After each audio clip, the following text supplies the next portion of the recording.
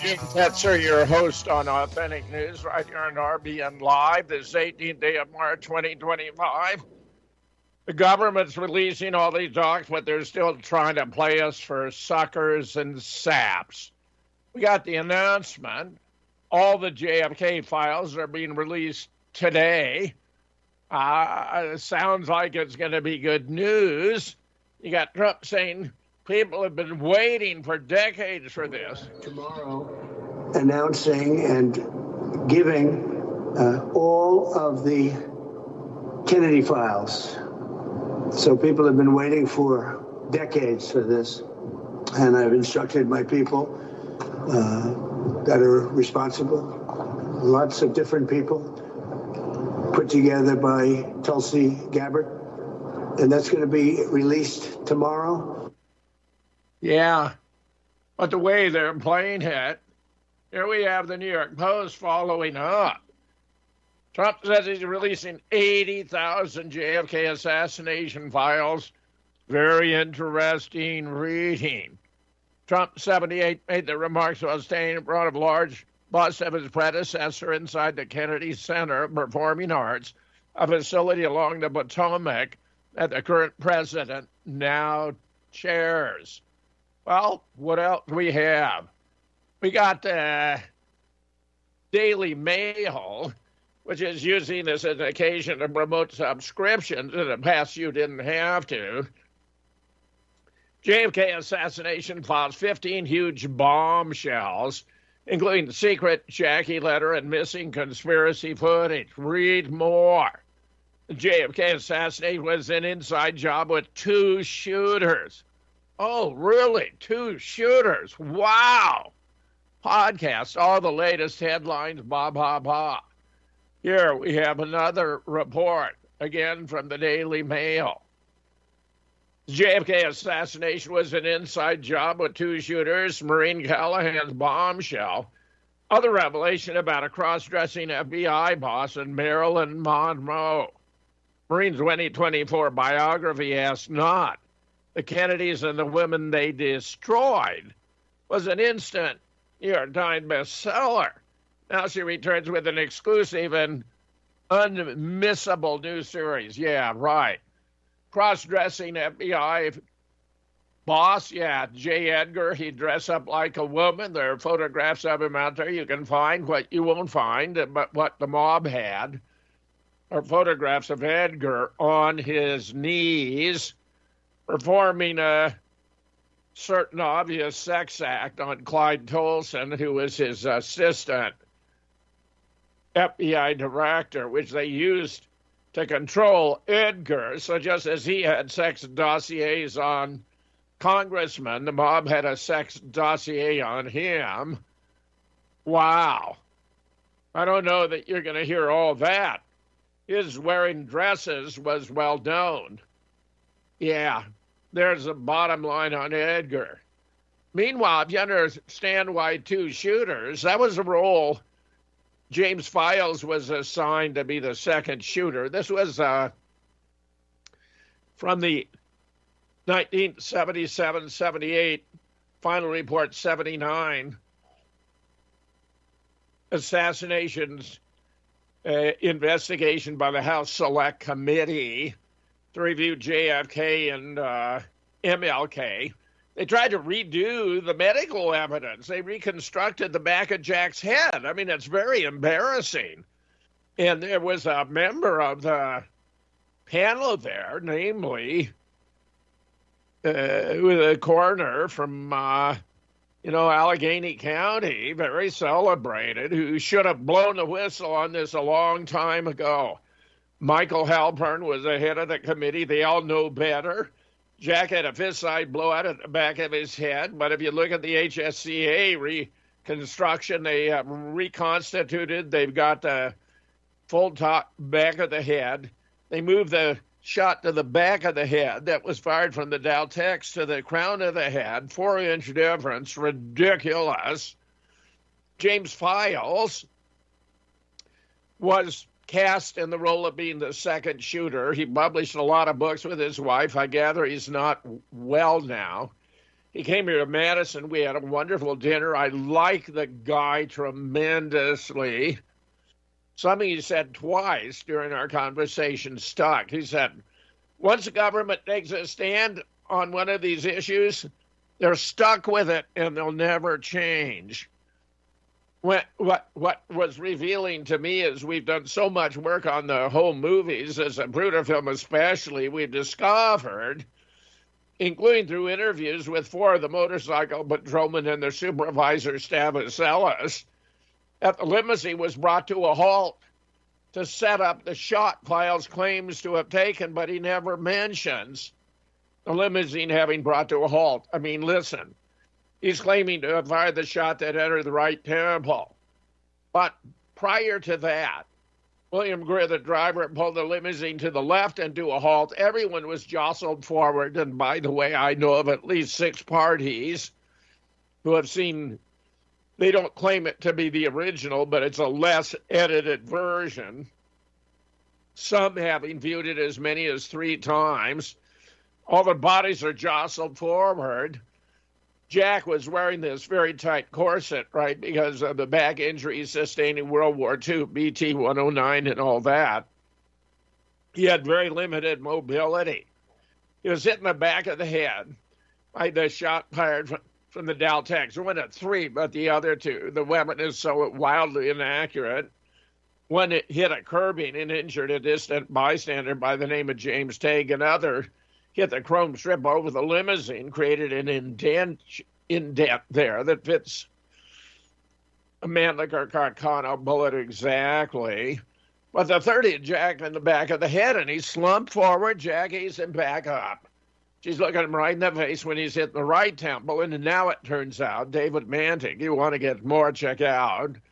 New book nails how JFK was taken out in Dallas, which I published on Unz Review, unz.com. Just put in the title, New Book Nails. You'll find it right away. Staggering number of comments, over 700. But the fact is, he had 3 shots to the head while the limousine was stationary. Now, if Files had been there, he would have had to talk about the limo having been brought to a halt. And now there was a shot that hit Jack in the back, and then he slumped forward, and then he took his shot. But he doesn't talk about any of that, which tells me he wasn't there. He knows a lot about the case. When his Confessions of an Assassin first came out, 2 TV stations in Duluth, where I was then a professor of philosophy on the Duluth campus, the University of Minnesota, asked me to review it. And I came back and explained, well, about 80% of what he had to say was accurate and true, but the other 20% was not, and he hadn't been a shooter. Well, we now have further confirmation. Ole Domagard has done so much brilliant work the last time we spoke about Files, and I sought to explain how, while Ole has endorsed him, I think 100%, as I recall from that conversation, I explained how he can't have done it because he never mentions the limo stop or the other shot which set up his, so he wasn't there. But he knows a lot. I like the guy tremendously, and there's no doubt in my mind that he was a hitman for the mob, and I believe he performed some major takeouts in that capacity. So I recently did one for a new conference, an educational conference in Connecticut, just about 2 weeks ago. JFK, who is responsible and why, where I go through the shots that Jack received, the hits, and you can count up the number of shooters. He was hit in the back. That was a shot fired from the County Records building. He was hit in the throat. That was a shot fired from inside the triple underpass. John Connolly was hit in the back. That's a 3rd shooter. That was from the Daltex. From the Book Depository. Then, of course, he was hit the right temple. That's a 4th shooter. They had the extra shot from the side. That from the right temple was from the picket fence intersecting with a triple underpass. Hit the right side of the head. That's a fifth shooter from inside the curbside sewer opening. Then we had another shooter who was firing from the grassy knoll with a handgun, but had to pull his shot. I mean, you just go through all the shots and the numbers add up that there were altogether 8 different hitmen in Dallas. So his business about 2 is just another fairy tale we're being told. If you want to understand how much we know about the Zapruder, or you want an overview, I've given you 2 links. JFK special from 18 November 2021. You'll like that. Or a couple of gifts showing, further confirmation that Lee Oswald was in the doorway of the book depository when the motorcade passed by. We're not going to get that from the government either. And then there's a wonderful tutorial by John P. Costello, PhD, on the Zapruder film, how from internal evidence of the film he's able to prove it was a fabrication made up out of real sources, but then edited using the sophisticated techniques of optical printing and special effects. Fascinating stuff.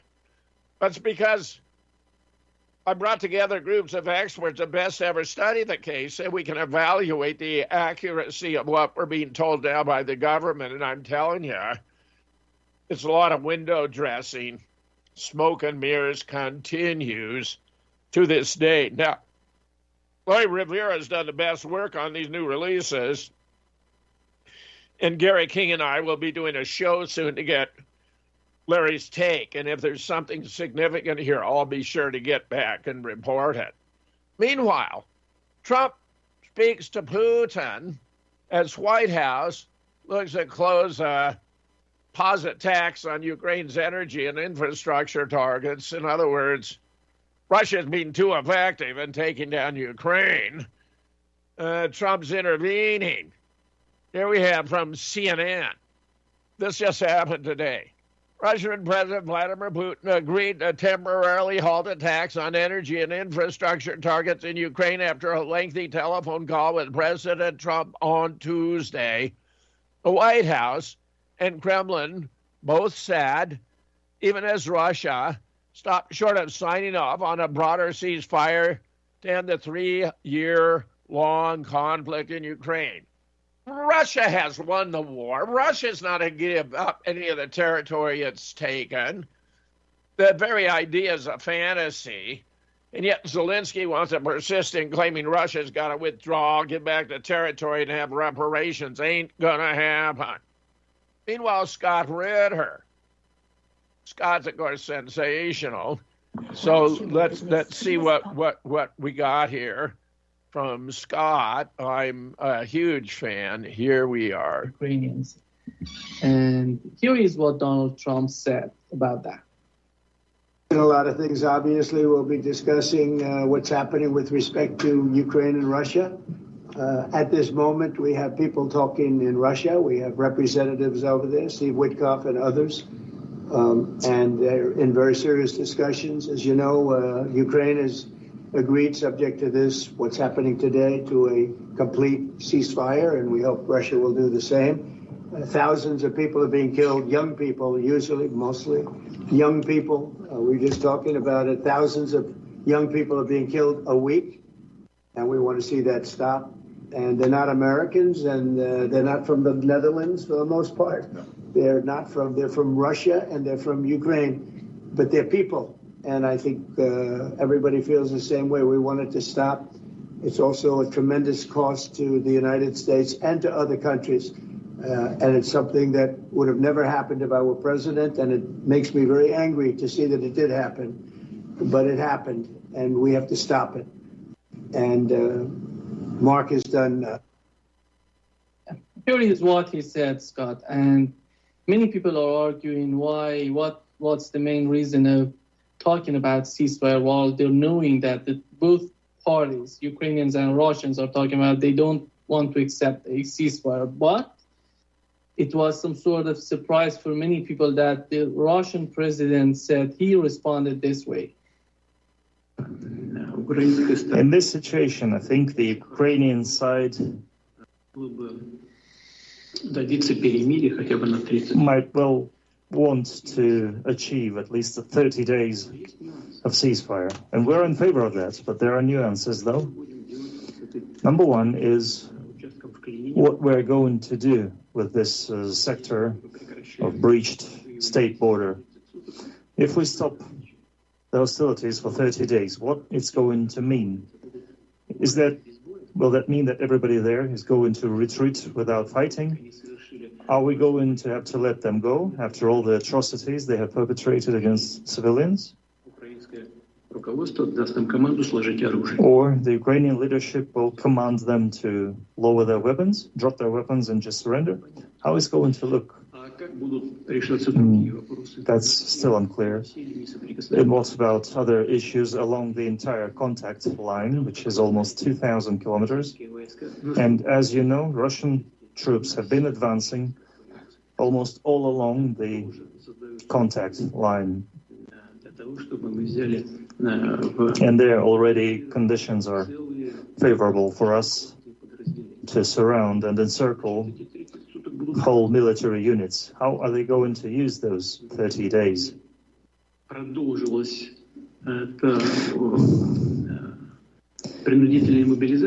the ceasefire going to be used to continue forced mobilization, to continue rearming, Can we implement that? The various issues that he has raised during his response. What's your take on the way that Russians are thinking of a ceasefire between Ukraine and Russia?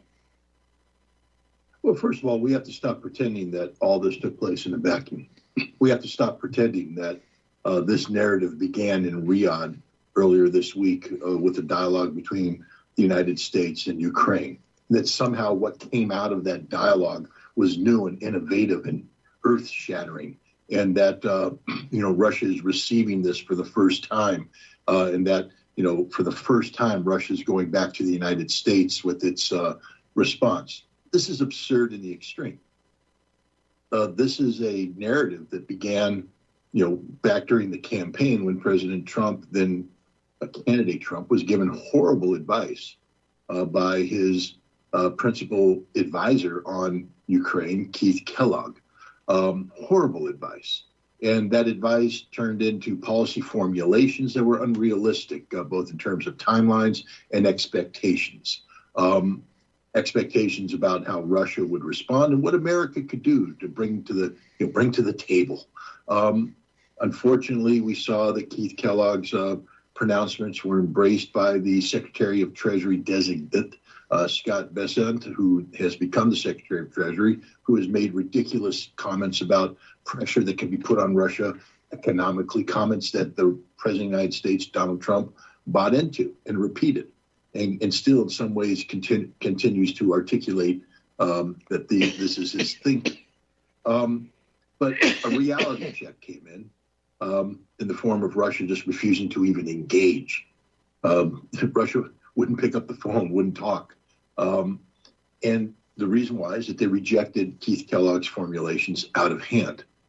This led to Steve Witkoff, who is normally the Middle East envoy, being sent to Russia on February 11th. Why? Why would Witkoff be sent there? Because Mohammed bin Salman, Saudi crown prince, who is very knowledgeable of the Russians, has worked with the Russians intensively. Russia is, after all, a member of the OPEC Plus, so they have constant discussions about not just energy security, but talking energy security, you're talking regional stability.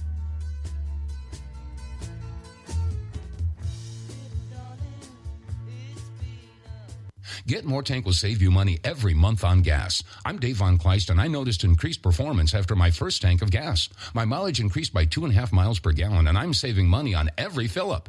Get More Tank is American-made, is used by trucking companies and heavy industry, and is now available to the public. Get More Tank works in any gas or diesel engine, cleans your engine, improves performance, reduces emissions, and you'll feel it every time you step on the gas. If you're an owner-operator, farmer, heavy equipment operator, or use any kind of engine from chainsaws, leaf blowers, mowers, lawnmowers, ATVs, you name it. Contractors, electricians, plumbers, painters, lawn service companies, Get More Tank will save you money and extend the life of your equipment. Hey, if you've got an engine, then Get More Tank. Save your money, save your engine, reduce your emissions, and save the earth with GetMoreTank.com. A 5-pack of GetMoreTank.com is only $22.22 plus shipping. Use the promo code Republic Broadcasting and get 10% off.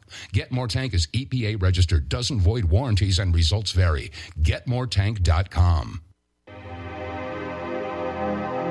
I'm so excited to have you as part of the Wild Pastures family, and we look forward to bringing you the pasture-raised meats that you and your family will love. Now, we started Wild Pastures because so many of my clients would tell me they just couldn't find high-quality pasture-raised meats, and even when they did, it was so expensive that they couldn't afford to eat it regularly. Now, I'm not talking about the bottom-of-the-barrel healthy meats that have claims like natural or free-range or even cage-free, terms that were actually created by the industrial food industry to make us feel all warm and fuzzy about buying their low-quality products. I'm talking about truly nourishing pasture-raised meats, the kind that you'll never really find in a grocery store. Our farmers are doing things beyond organic. Our beef is 100% grass-fed and grass-finished and raised on pastures free from chemicals and other pesticides. Our chickens are 100% pasture-raised, where they get their natural diet of grass and forage and insects. We will never settle for free range, which is actually one of the most deceptive terms in the chicken industry. In fact, less than 0.1% of the chicken consumed in the United States is truly pasture-raised in the way that ours is. And our pork is 100% pasture-raised as well. So if you care about where your food comes from, then you have definitely made it to the right place.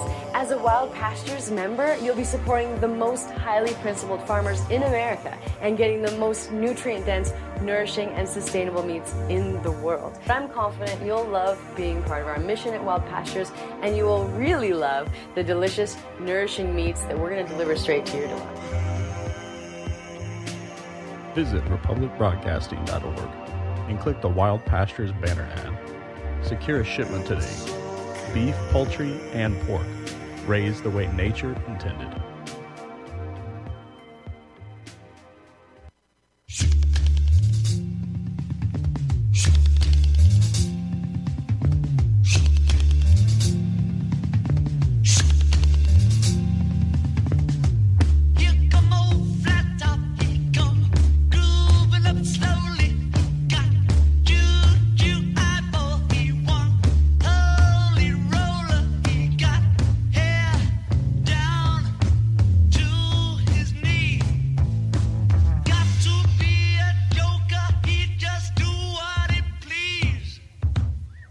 I think Trump likes to come across as a great humanitarian. You know, he wants to stop the killing women and children and innocents. And we know, of course, Ukraine, which was really responsible for all of this after Victoria Nuland executed the coup in 2014 and replaced the Russian-friendly president with a Western stooge, of whom Zelensky is a successor.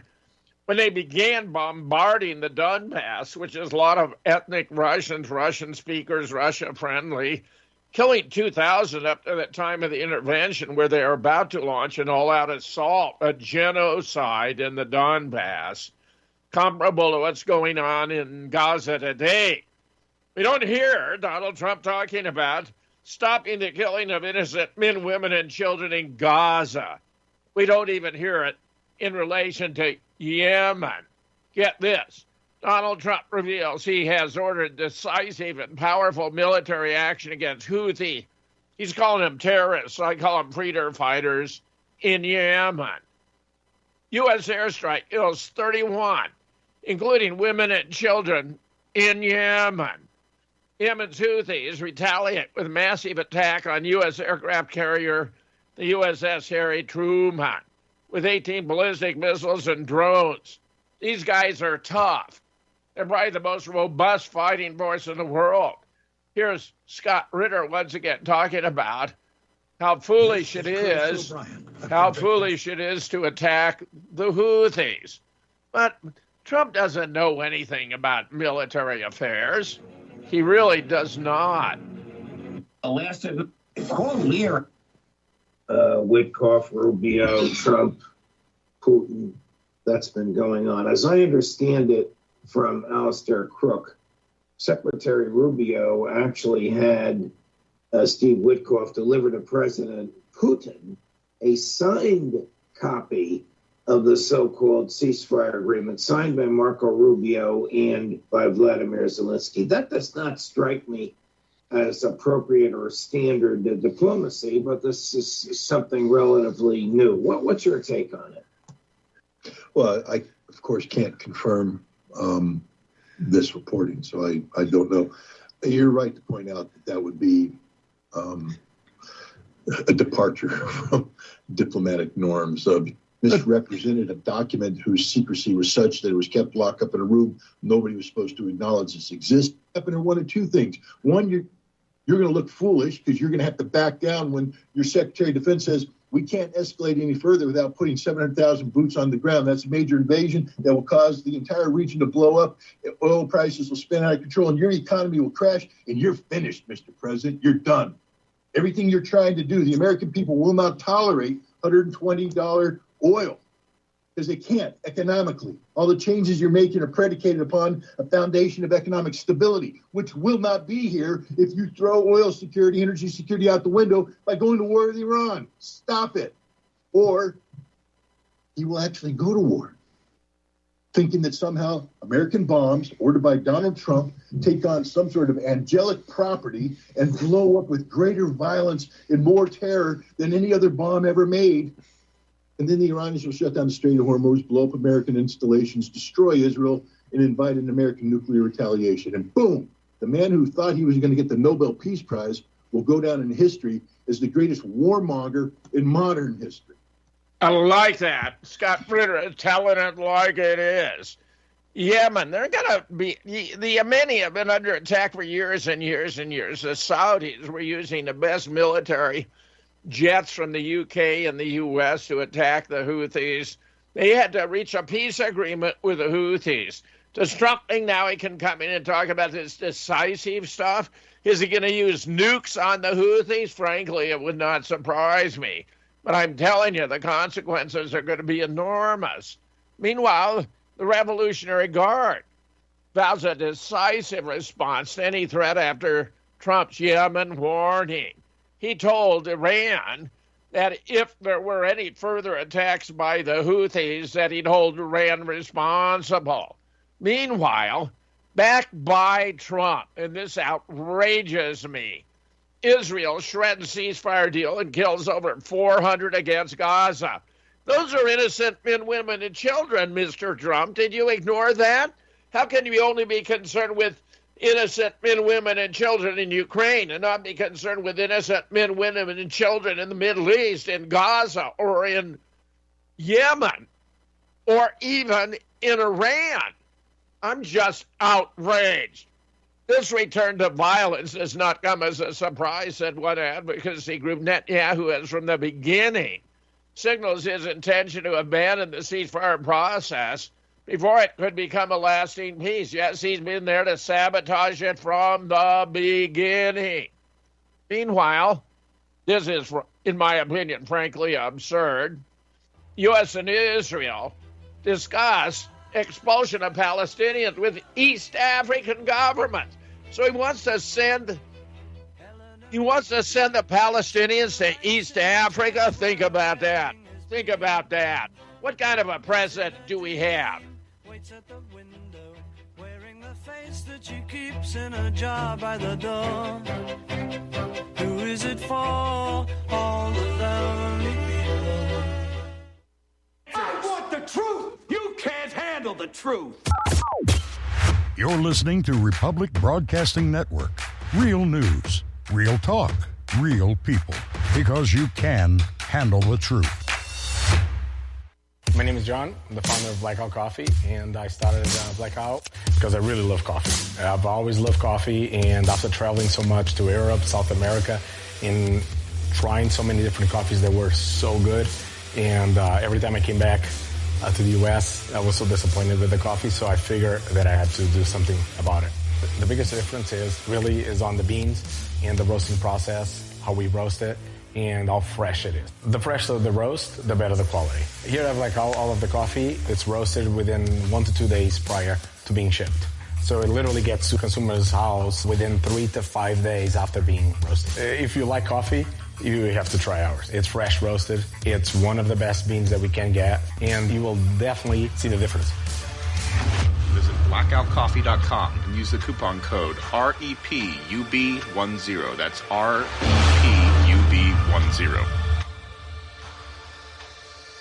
Tahibo Tea Club's original Pure Pau Arco Super Tea helps build red corpuscles in the blood, which carry oxygen to our organs and cells. Our organs and cells need oxygen to regenerate themselves. The immune system needs oxygen to develop, and cancer dies in oxygen. So the tea is great for healthy people because it helps build the immune system, and it can truly be miraculous for someone fighting a potentially life-threatening disease due to an infection, diabetes, or cancer. The tea is also organic and naturally caffeine-free. A 1-pound package of tea is $49.95, which includes shipping. To order, please visit drinksupertea.com. The first word is drink, spelled D-R-I-N-K, then the word super, then the word tea. The complete website is drinksupertea.com, or call us at 818-965-9113, Monday through Saturday, 9 a.m. to 5 p.m. California time. That's 818-965-9113. drinksupertea.com.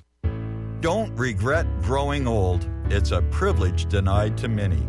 Heart disease is taking our youth from us. Young people in their 30s, 40s, 50s, and beyond are dying needlessly. One of the hardest messages I've ever had to deliver is to convince people that something natural like Extendivite should be taken as a preventative measure.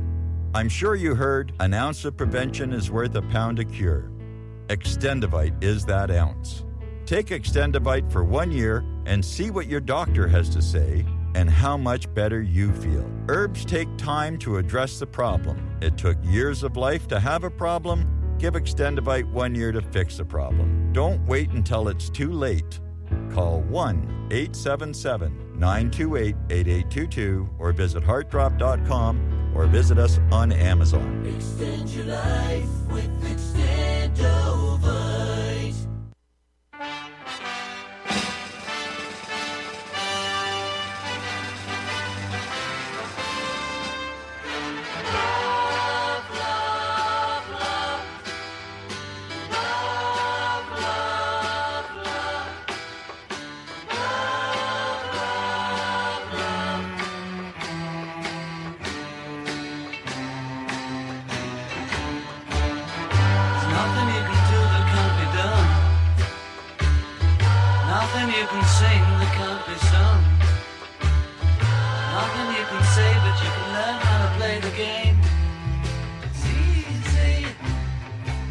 From the Palestine Chronicles, killing babies, women, not a war goal.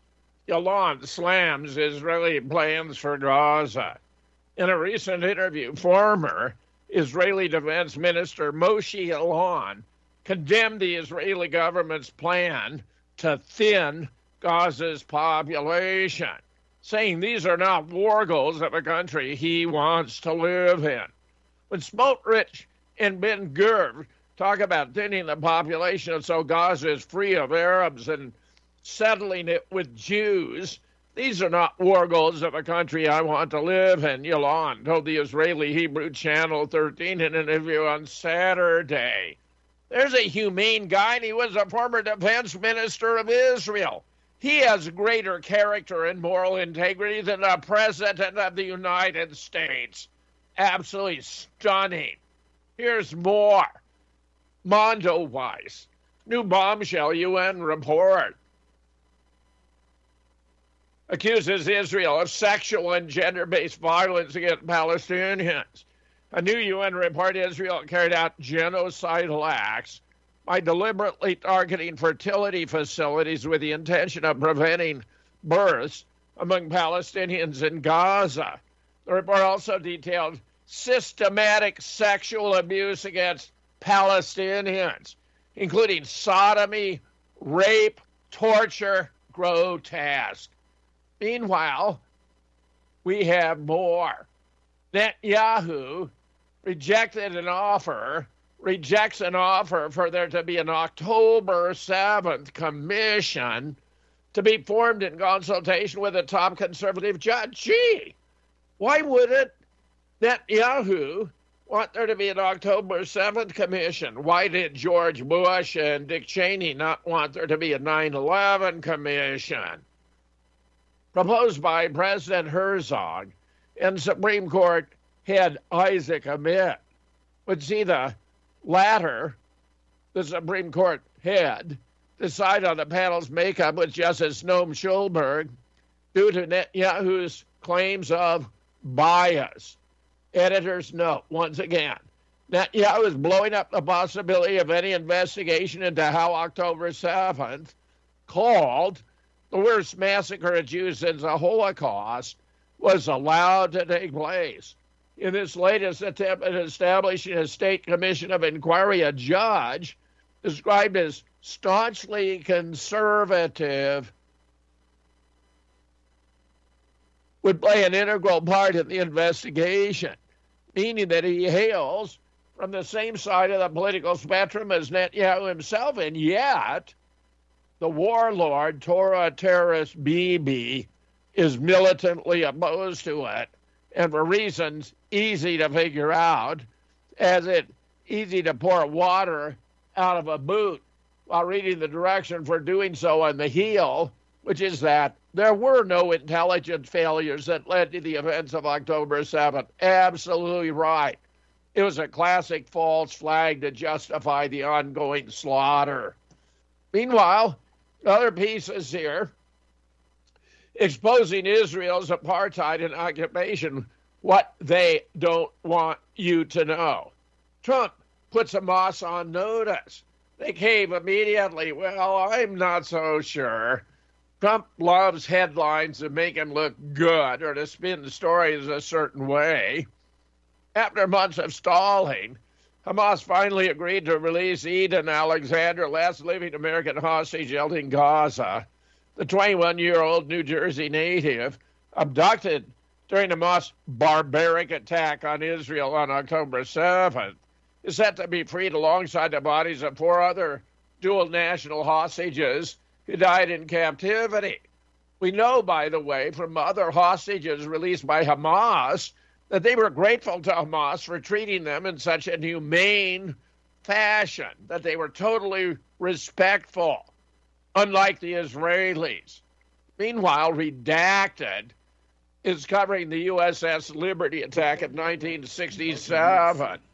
I wonder how many of us really fully appreciate that in 1967, during the Six-Day War, that a American spy ship was attacked. Attacks to rally our country into war. It's a template that works well. Take, for example, the USS Maine, which was used to ignite the Spanish-American War, or the Gulf of Tonkin, the false flag attack there that led us fully into the Vietnam War. But one of the most suppressed and hidden attacks on Americans happened during the Six-Day War in 1967. The USS Liberty, a naval intelligence ship, was attacked on purpose by Israeli forces in coordination with the CIA at the highest levels of the United States government. And the goal was to kill every American on board that ship that day. I know it's hard to swallow, but it's the truth. The goal, of course, was to rally American support for a war against Egypt. By bombing the USS Liberty, they could pretend, of course, that Egypt had carried out that attack, and Americans would rally once again, just like the USS Maine or the Gulf of Tonkin. It was an He's doing a great job, yeah. LBJ was deeply in it. He wanted the ship sunk. I'm very glad Redacted is covering it. Americans need to know. Meanwhile, spurred by Trump turnabout, European nations are debating conscription, having a draft. Frightened by the prospect of U.S. security disengagement and 3 years of Moscow's war against Ukraine, European countries are debating reinstating compulsory military service to boost their defenses in the face of Russian aggression, except Russia has no interest in aggression against any other nation in Eastern Europe. Solely Ukraine. They've made it very clear. Russian leader Putin's invasion of Ukraine, which, as I've explained, was a defensive measure to protect the Donbass, caught Europe off guard. Fears about the strength of NATO surged further after Trump upended the transatlantic alliance, saying Europe must take care of its own security. Pulling the U.S. out of NATO, by the way, would be a simply excellent idea. Meanwhile, Trump's DOJ speech. Donald Trump did give a speech at the Department of Justice the other day. It called out corruption, promised justice reform, and sent the media into a frenzy over his bold rebuke of the establishment. What did you think of Donald Trump's speech at the Department of Justice Friday? It was one of those speeches that divides the world. I liked it. But even while watching it, I asked myself, gosh, what is the New York Times, the Washington Post, CNN, Associated Press, etc., going to make of this? Actually, I didn't ask that question because I knew they would explode in horrified rage. The Time, for example, carried a trembling story under the headline, Trump's grievance-filled speech made clear his quest for revenge is personal. In case that wasn't clear enough, a subhead explained, the sole offense of those President Trump singled out in remarks at the Justice Department appeared to have been trying to hold him accountable for his actions. Oh, really? Just to show how dispassionate the Times is about Trump, we learned from his byline that Alan Fuhr, the reporter who wrote this, covers extremism and political violence for the Times, focus on the criminal cases involving the January 6th attack on the Capitol and against former President Donald J. Trump. In other words, he's an expert on lawfare against Trump, and apparently presents it as though it were factual instead of fabricated. Meanwhile, Trump lawyer exposes that the whole Biden admin was used phony sets. She's got a lot going on here. Let's pick up a little bit about it. Oligarchs were making a point here. They were humbling Joe Biden, which is why they forced him into these positions. You rarely ever saw Joe Biden from the Oval Office. You always saw him humiliated, sitting inside of his fake White House set, looking completely and totally lost. So sad. Little staffers milling about, Joe Biden getting his fake shot in his fake White House with his fake little desks. It's humiliating. Why would they do it? What were they trying to tell you? And I'm convinced all this now is going to lead up to exposing that we had an imposter president for 4 years. It's amazing that the media never pointed it out. They had to know. Meanwhile, Trump says Biden's auto pen pardons are void, vacant, and of no further force or effect, vowing a probe of the January 6th House Select Committee. Very appropriate. President Trump said Monday is voiding all the last-minute pardons former President Biden made using auto pen. The pardons that Sleepy Joe gave to the Unselect Committee of Political Thugs and many others are hereby declared void, vacant, and of no further force or effect because of the fact they were done by auto pen. He published on Truth Social. Well, in that case, I think there was an even stronger argument because the claim was made they were signed in Washington, D.C. at the same time. Biden was in St. Croix of the Virgin Islands in the Caribbean. He couldn't possibly have signed them. Meanwhile, here's a report from the Gateway Pundit. Here we go. President Trump says everything Biden staff signed with an auto pen could be invalid. This is over and beyond those pardons. Trump held a press conference at JD Friday. It is as an opportunity to rip left-wing judges and blast corrupt prosecutors. Trump remarks were focused on restoring law and order and ending the weaponization of the department at one point. He brought up the growing Biden auto pen scandal. As previously reported, the Oversight Project has gathered every document they can find with Biden's signature. All use the same auto pen signature, except for the announcement he was dropping out of the 2024 election. The New York Post dropped a bombshell after the Oversight Project revealed nearly every document Biden signed used the same auto pen. According to the Post, Steve Nelson, a key Biden aide, may have exceeded their authority by unilaterally determining what document to robo-sign. They know his name, but they haven't revealed it. He's going to be the guy who is, in effect, the acting president. Meanwhile, the Alien Enemies Act. Now, Trump wants to speed up, invoke wartime authority for mass deportations. President Trump invoked a century-old wartime authority Saturday to accelerate mass deportation of Venezuelan migrants suspected of being gang members with little to no due process. Why it matters? Shortly after the White House released a proclamation triggering the Alien Enemies Act, a federal judge temporarily blocked the government from deporting any immigrants under the law or planes already departed to return. Trump floated invoking the law in a campaign trail, and its use comes as some of his admin members have become frustrated with a slower than expected pace of deportation. Since the act is not part of immigration law, it allows the government to detain and deport people without court hearings or asylum interviews. Its most infamous use came during World War II, used to help justify Japanese internment.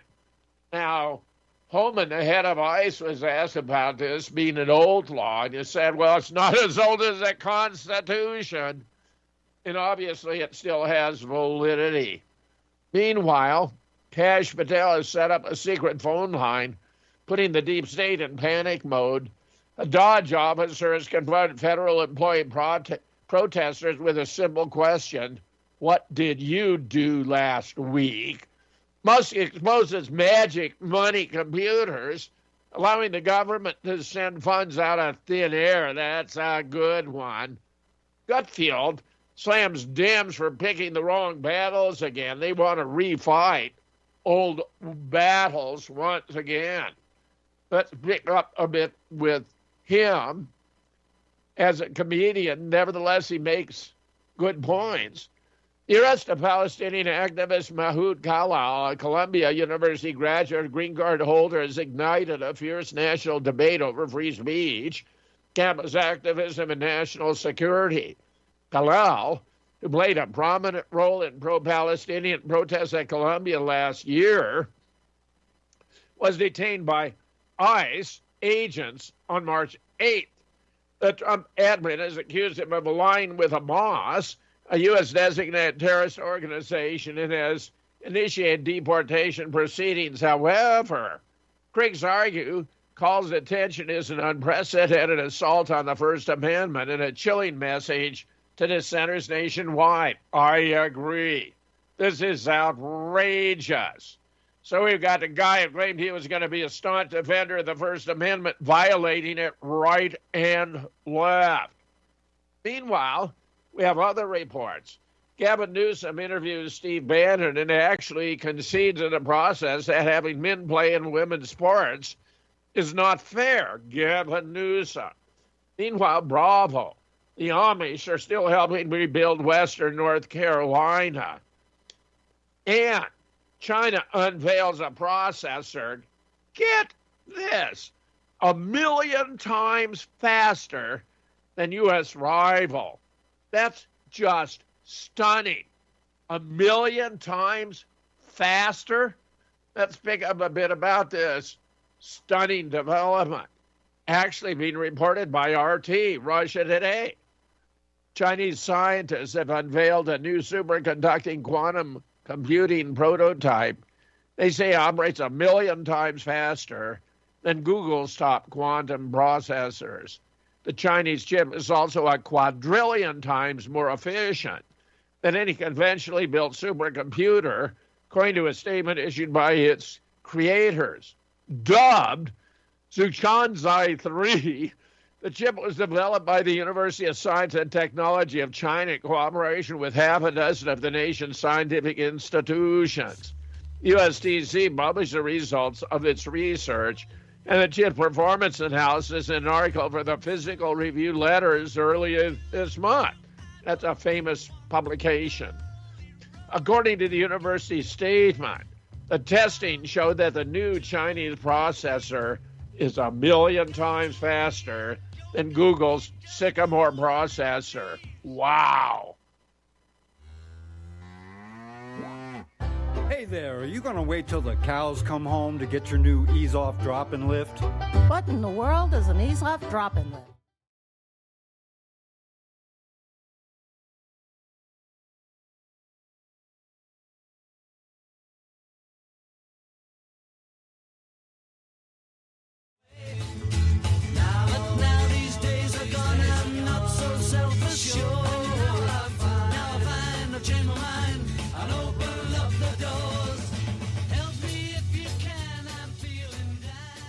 Well, a blogger who calls himself, quote, the Brave One, has written a piece about a New York Times half-assed COVID mea culpa op-ed entitled "The Times, They Aren't A-Changin'." Imagine my surprise when Sunday I read a New York Times editorial admitting we were badly misled about COVID as it was happening. The op-ed matter-of-factly concluded what we've all known for years, that despite being the overwhelmingly most common sense place to look, the COVID-19 lab leak theory was assisted by scientists and public health officials who suppressed discussion and misled the public to maintain the appearance of consensus. Influential studies downplayed the lab leak theory, while private communications among scientists revealed they actually considered it likely, with key figures, including a senior advisor to Fauci, attempting to erase records. It admits EcoHealth Alliance, which collaborated with the Wuhan Institute of Virology, withheld critical information about its research, and only after persistent investigation was it finally banned from receiving federal funding. Here's another. Jay Bhattacharya, very, very good man for NIH. Put science first again. Dr. Jay Bhattacharya is set to lead the NIH, vowing to restore public trust in science and end political interference after the COVID-era failure of U.S. health agencies. Dr. Jay Bhattacharya is the right man to lead the National Institute of Health and the best man to calm the rough political waters overwhelming health care and scientific integrity. Hysteria lives loudly in the Trump 2.0 resistance. The legacy media, Democrats, and many in the old establishment are untethered from reality. The rage rhetoric against the president's priorities is unlike anything we've witnessed in recent memory. Regrettably, Trump resistance for resistance sake is causing fear and confusion in the public health community. Dissent is critical in open, healthy discourse. Where this admin goes wrong, or where there is legitimate disagreement over ideas and policy, contrarian voices are needed and expected. Holding the powerful accountable is necessary in a democracy. However, as we saw recently during the president's speech before a joint session of Congress, many elected officials care more for political theatrics than finding common ground for compromise and reform. There's more. Finally, a report how Jews cheated on the SAT and infiltrated the Ivy League. This is actually from a while back, August 28, 2018. They had a whole bunch of students each come back with one question from the SAT and put it all together with the answer.